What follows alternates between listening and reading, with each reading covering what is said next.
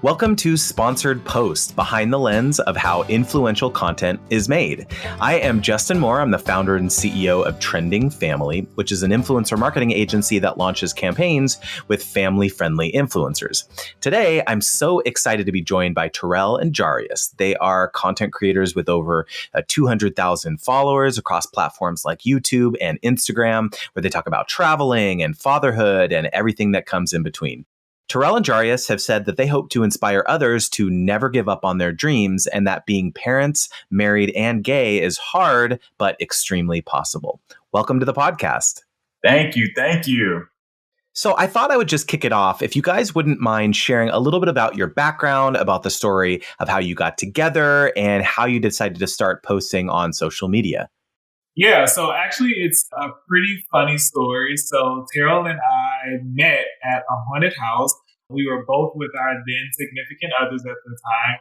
We were both there, and it just so happened that Terrell was just madly in love with me at the time. That is not true. You know, he just left his girlfriend behind and just wanted to be with me for the rest of his life. And here we are 8 years later. Yeah, so that was the fairy tale story. So the real story is that we did meet at a haunted house. We both were with our exes at the time. Jarius was adamant about making me his boyfriend. He was very persistent. And so this was like my freshman year in college. I didn't know how I felt about all of that at the time. I kind of wanted to explore, but he ended up locking me down a month and a half later. And yeah, the rest is kind of history. So we've been together since my freshman year, which was in Louisiana. And then we moved here right after graduation, here being Atlanta. We bought our house, and kind of the agreement was I wanted kids. I want to say like my senior year in college, which is crazy thinking about that now. I was thinking about kids. And Jarius said, well, we can do that as long as we buy a house. So we graduated May 2015. We had a house June 2015, and we were expecting our first baby in October 2015. So things moved pretty quick for us to say we had just graduated college. That's pretty incredible, you guys, that you had that plan and you just went ahead and did it. It's really admirable and inspiring. Thank you. Yeah, we just went after it. And so when did you decide to start documenting your life on social media? Yeah, so we actually started when we were expecting our first child. So right after we found out we were expecting in November of 2015, we started doing YouTube. So we did our first gender reveal. We did kind of like a pregnancy announcement on YouTube. And then we kind of started our social media. Unfortunately, our surrogate had a miscarriage with our first daughter in early 2016. So we took a break from social media for a minute after that happened. Almost 8 months. And if anyone is in like the social media world, you know that is a huge dent in like engagement and things like that. But, you know, it was tough when you have like so many people, you know, like asking for updates. People were still sending gifts like to our daughter. And actually, crazy enough, shortly thereafter, we had also gotten reached out to by Ellen to, you know, be a part of the show and share our, you know, our journey with her as well. But just throughout that process, it was just really crazy to, you know, be experiencing such a loss and having to do it so publicly. So we took a really big hiatus from social media, and then we came back and, you know, kind of tried to revamp our page from just like, a couple standpoint. Yeah. To a, you know, from a expecting family to like just more a couple. And, you know, that was a challenge in itself, but you know, then we came back, and I think our really big comeback was when we finally announced Ashton and Aria at our wedding reception. And it's been a whirlwind since then. Nonstop. Yeah, absolutely. And so, I mean, as you mentioned, you know, living your life very publicly on social media, it has its ups and its downs. I mean, you guys experienced, you know, a profound loss and having to kind of deal with that where your lives are very public and maybe in different circumstances, that would have been an exciting time to see all of that growth with your channels and that kind of thing and the excitement. But yet at the same time, you were having to process these other challenging things that were going on. And so what made you decide to come back to social media after that hiatus? Yeah, so I think what kind of inspired us to come back was after the loss, we would still get a lot of, I feel like people knew what happened, slowly but surely we started to kind of share updates on social media about, the loss that we had suffered. And we got so many inspiring messages, thoughtful messages from people, gifts, arrangements like sent to us. And I think the biggest thing was just reading like emails from people to let us know that, while they love the fact that we were expecting and, like that's inspiring in itself, just us kind of being together for as long as we were, buying a house, they would still call us couple goals and things like that. So, people still looked up to us despite our loss. And I felt like, we wanted to still kind of be that representation, that positive representation and influence for lack of a better term for those individuals. So we decided to come back and just kind of share what we were up to, just things about our relationship. We kind of had some funny videos, some music and things like that. And then once the kids were born, it immediately became all about them again. So all about the kids. So it kind of shifted to them and a family unit. Yeah, but make no mistake about it. It was really tough because during that time that we took that hiatus, we were both grieving and we were grieving very differently too. Like for me, I was more hesitant to have a child at first, and it was really Terrell who really wanted to, be a dad and be a parent. And I thought, this was something that we should be doing not in our early 20s, but closer to our 30s or in our 30s.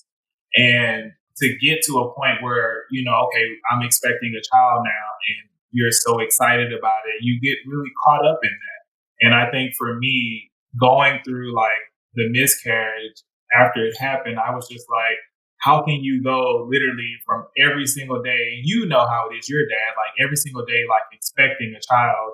And then, you're checking the apps daily, seeing the progress of like your child and things. And then one day you don't do it anymore.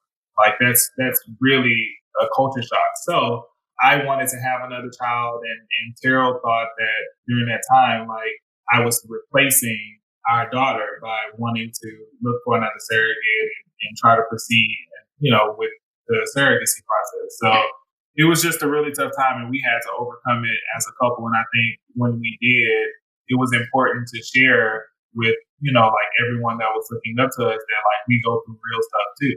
We went through a terrible time and it really tested our relationship, and we were able to make it through.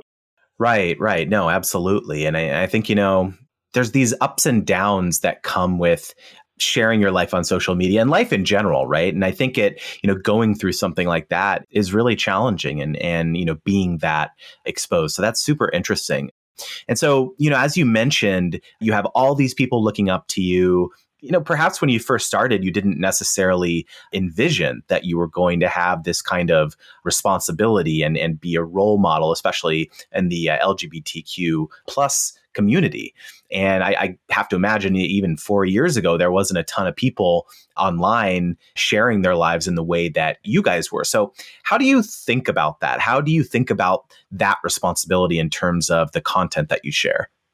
Almost like a superhero, almost like we have a responsibility. And sometimes it gets really tough. But I think what helps us get through it is that and I feel like, people like beat that word down and use it. But I feel like we really try to be authentic to who we are and just share like, what's really going on with us. And so a lot of our videos are just real life, everyday situations for the most part. And I think Jarius kind of mentioned that, we kind of said that sometimes, it's kind of a catch-22 because sometimes viewers see us more as friends rather than like, oh, they're a husband. Because I think when you think of like a couple or like a married channel or family channel, it's like lovey-dovey, it's the kissing challenges and you're like hugging on them all day long. And us as like married people and married individuals, that's not real life all day, every day. Sometimes it's like, get off me, like you didn't do the dishes today, or you didn't wash the kids' clothes and now they don't have any to wear to this location. So, I think they get to see the fun banter back and forth with Jarius and I. And so I feel like people are able to connect in that way. But as far as like how it makes us feel, I think sometimes it can be a bit overwhelming just with some of the messages that we get, because I'm a very sensitive person as well. And some of these messages that we get are very like heartfelt and people look up to us because they, some countries that they're in, they're not allowed to be themselves. They know that their families won't accept them. So it's heartbreaking sometimes with some of the things that we read or the emails that we get, but it's also heartwarming. Someone lets us know that they watched our video and felt inspired to kind of live in their truth. And it was a great turnout.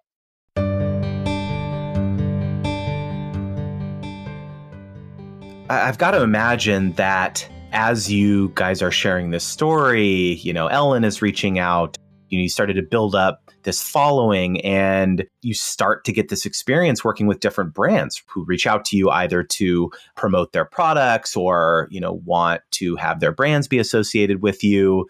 We spoke with Team Two Moms who mentioned, there are definitely like during Pride Month, for example, there's a lot of brands, who put a rainbow over their logo and want to work with LGBTQ plus creators. And so how do you think about that in terms of how brands approach you? Whether it's, they want to partner with you for the sake of partnering or, they're specifically saying in their campaign that they want to align themselves with you, for LGBTQ plus causes. How do you think about that in terms of, when brands first approach you, do you have like kind of a different vetting process or different questions that you ask them to ensure that they've got kind of the right reasons for wanting to partner with creators like yourselves? Yeah, so it's funny that you mentioned that because Ebony and Denise are amazing. They're good friends of ours as well. And I think looking at how like brands approach us, we definitely see like during Pride Month, during Father's Day, it's a lot of, that's when it's like an influx, like everybody, like you said, kind of just wants to put a rainbow and, wants to be involved. And then the true test is to see, if they're going to reach out to us or if there's opportunity for partnerships later on in the year. So I think Joyce and I do a really good job with trying to secure additional opportunities or just kind of vetting them out in a way that it's, well, hey, like we would love to see what you have in mind for Pride Month, but here's also some ideas throughout the year on how we think that, this partnership can last and how we can, be beneficial to your brand or to your company in X way. So, we wouldn't align with anyone to be like a PR stunt. I'll say that. So, like if they were just speaking negatively about a certain group or about the community,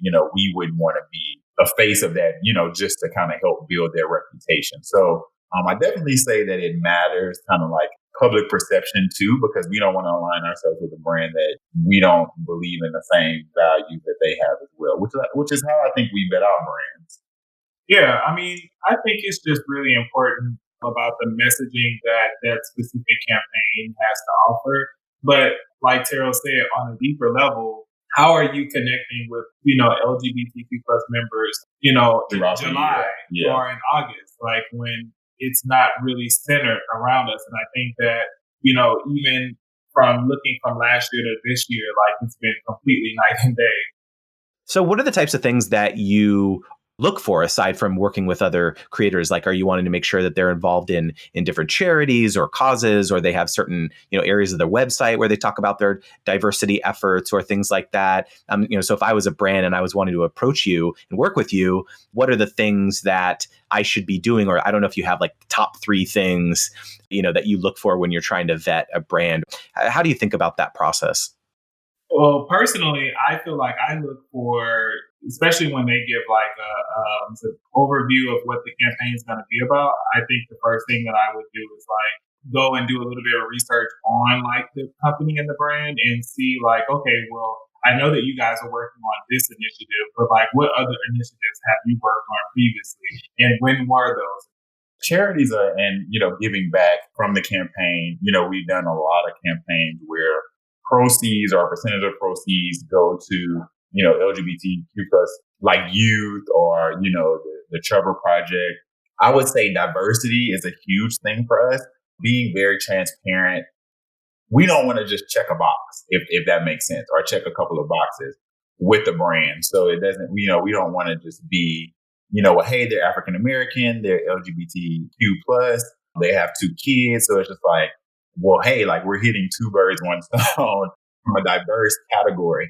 We want to make sure that it's a mutual fit and that they're in it for the right reasons, that they're selecting us for the right reasons, no matter, what the offer is, but also that the statement of work actually makes sense as well.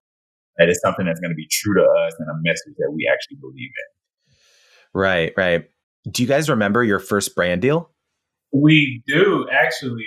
And it's so crazy because we really have only been doing influencing for about like a year and a half now. And our first brand deal was a book. We got reached out to by a publishing. I think it's a marketing company, but the book was The Prince and the Knight. It was a same-sex book about a prince and a knight that fell in love. It was like a children's book. We got the email and they were just like, we want to send you this book. And so we were used to people like sending us free stuff, like baby stuff. And at the bottom of the email, it was like, well, also like, please include what your rates are. And I'm like, rates? I'm like, what does she mean rates? Usually people just ask for your address. I was just like, hey, like you put rates at the bottom. And I'm now looking back on it, it's like really strange because we were never charged. I was like, hey, like you kind of asked us what our rates were. Can you elaborate a little bit? And she was like, yeah, like how much are you going to charge for it? Like we want you to post it. And I was like, oh, okay. And so like that was kind of the start of it. And I was like, people actually get paid to do this. So thinking back on those first few deals, what are some of the lessons, fast forwarding to today in terms of kind of the differences in terms of how you work with brands now? Yeah. So I guess looking back on it, one thing that we learned is always negotiate is number one. So we have our rates that we think that we want to charge, but we also like to kind of see what they have in mind for hey, what does this campaign entail? What are you going to be requiring of us? Pretty much getting the statement of work ahead of time and then asking them what's their budget also. But also, I think looking for a brand that allows us to be ourselves is kind of like what we have really been trying to focus on, and, authentic content that we're able to, actually connect with and relate to our subscribers and our followers and not just kind of read a script. Campaigns are going to come and you don't have to accept every campaign. And I think back then we used to believe like, if these people are reaching out, like we don't want to deny anyone, we want to try to make it work.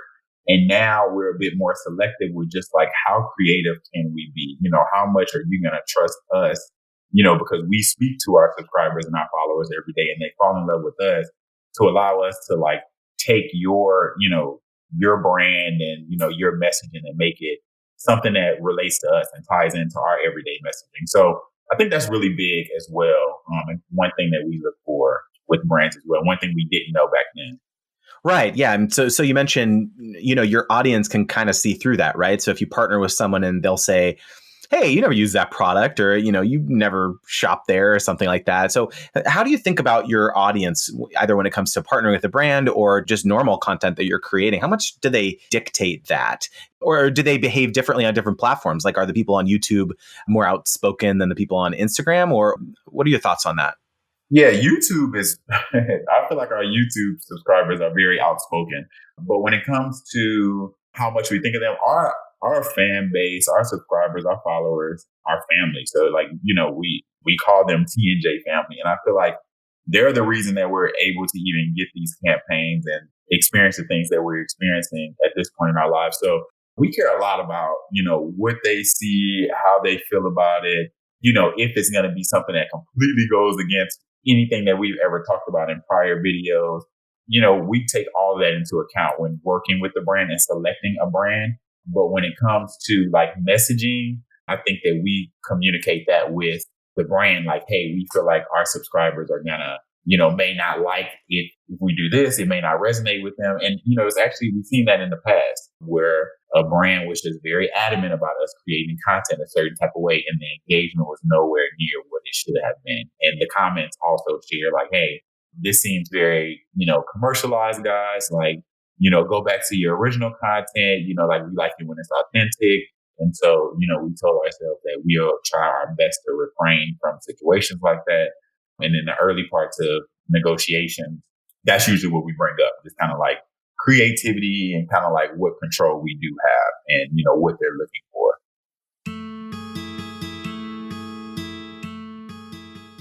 As you're thinking about your content strategy moving forward, is it YouTube and Instagram primarily? Are there other platforms that you're looking at? And I think a lot of other family influencers, especially on YouTube, there's a lot of uncertainty around kids on the platform, right? I mean, especially a lot of them have had their comment sections disabled. There's, I think, kind of brand safety concerns. Are you thinking about diversifying your content strategy? Yeah, so I think that with YouTube, we definitely went through that process too. Like you mentioned, by us having kids, like the comments being disabled and just kind of uncertainty there.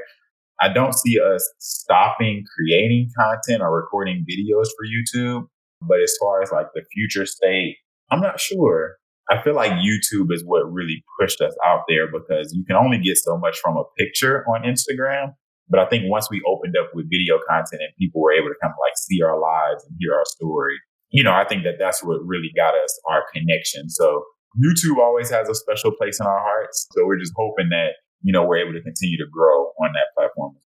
Yeah. And you talked about how, sharing more substance, sharing more information, especially on YouTube, is where a lot of the excitement, a lot of the engagement came from in terms of like knowing who you are as a family, knowing your kids. How do you think you'll handle as your kids get older? I mean, because there's a choice that every parent has, right? Whether or not they want to share their kids on social media, right? Because like you mentioned, this was something that you guys started and now you kind of are involving the whole family. And so as your kids get older and have, a more comprehensive understanding about what you do for a living and how you're sharing your lives on social media, have you talked about as a couple how you're going to handle that as your kids get older? Yeah, I feel like the thing you have to consider most in our situation is this is something that we started, not them. So it's not like their career for them to be able to, or for us to be able to control. I think now, like, it's fun for all of us to be able to do it together. But I think the biggest thing is like, are the kids having fun too? Are they, being, taken care of? Are they comfortable with this? Like, that's questions that we have to ask ourselves and look at them and make sure that they're still in the position that keeps them comfortable and happy. And if you're not like strategic and careful with it, like it really blends into your personal life too. And it can be quite difficult to separate it. So, I would just always say, like, as long as we're having fun with it and as long as we are being true to ourselves with it, I think we will continue doing it. But for our kids, like, we'll just make sure that they're still having fun with it. And if there's ever a point where they show interest outside of it or we start to see that their personalities are not developing for it, then we'll always allow them to be able to grow up and do their own thing and what suits them. Our career is not theirs. Yeah, we definitely don't want to force it on them. And I think that was a realization for me very early. Like we said, we get booked as a family unit to do a lot. So when we travel, it's all of us. When it's a photo shoot or it's a campaign, it's usually including all of us. And sometimes, the schedules that were allocated don't align with the kids. Or we had a photo shoot that, we went to New York, we had a photo shoot and, they wanted all of us and our kids were just not having it. And at some point, we were just like, well, hey, like, it's not working out with the kids, like you can shoot Jarius and I, but like, we're not going to force our kids to take pictures or, because we get frustrated and we get, like discouraged and overwhelmed when you're on a photo shoot and these people are like looking at you, you done got all of this stuff done and you're like ready to shoot. And Ashton and Arya are just like, I'm not feeling it. Like I don't want to take pictures today.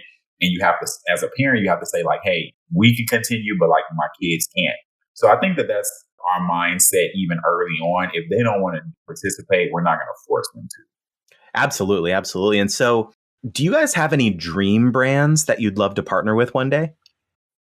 Yeah, we actually just made a dream brand list. One of them I would say that I'm really interested in working with is H&M. I think that they are an amazing brand and they've done a lot of work with, LGBTQ influencers, and I would love to be a part of that. Macy's. I would say an airline brand. So we're in Atlanta, Delta's airline hub. So I think partnering with the airline would be cool. The kids are over 2 now, so we have to pay for their seats. We tried to get in all the travel before they were 2 years old. So now that we're paying adult tickets for their little bodies, even though they're still going to sit on our laps. But an airline brand seems to be fun, just as we're getting into more travel. Absolutely. Well, you guys are speaking it into existence now, so it's definitely going to happen. Thank you. That's the plan. So to kind of wrap it up here, what's next for you guys? Are there upcoming brand partnerships or certain types of content that you're creating? Do you have any big projects on the horizon? I think for us, what's next is we definitely want to, get like longer partnerships. So like we're aiming for like the year-long contracts now, so that we can, kind of take the pressure off so many, and we can really be selective about the ones that, are truly important to us. I think those are things that's like next for us. And that's only like what we know about.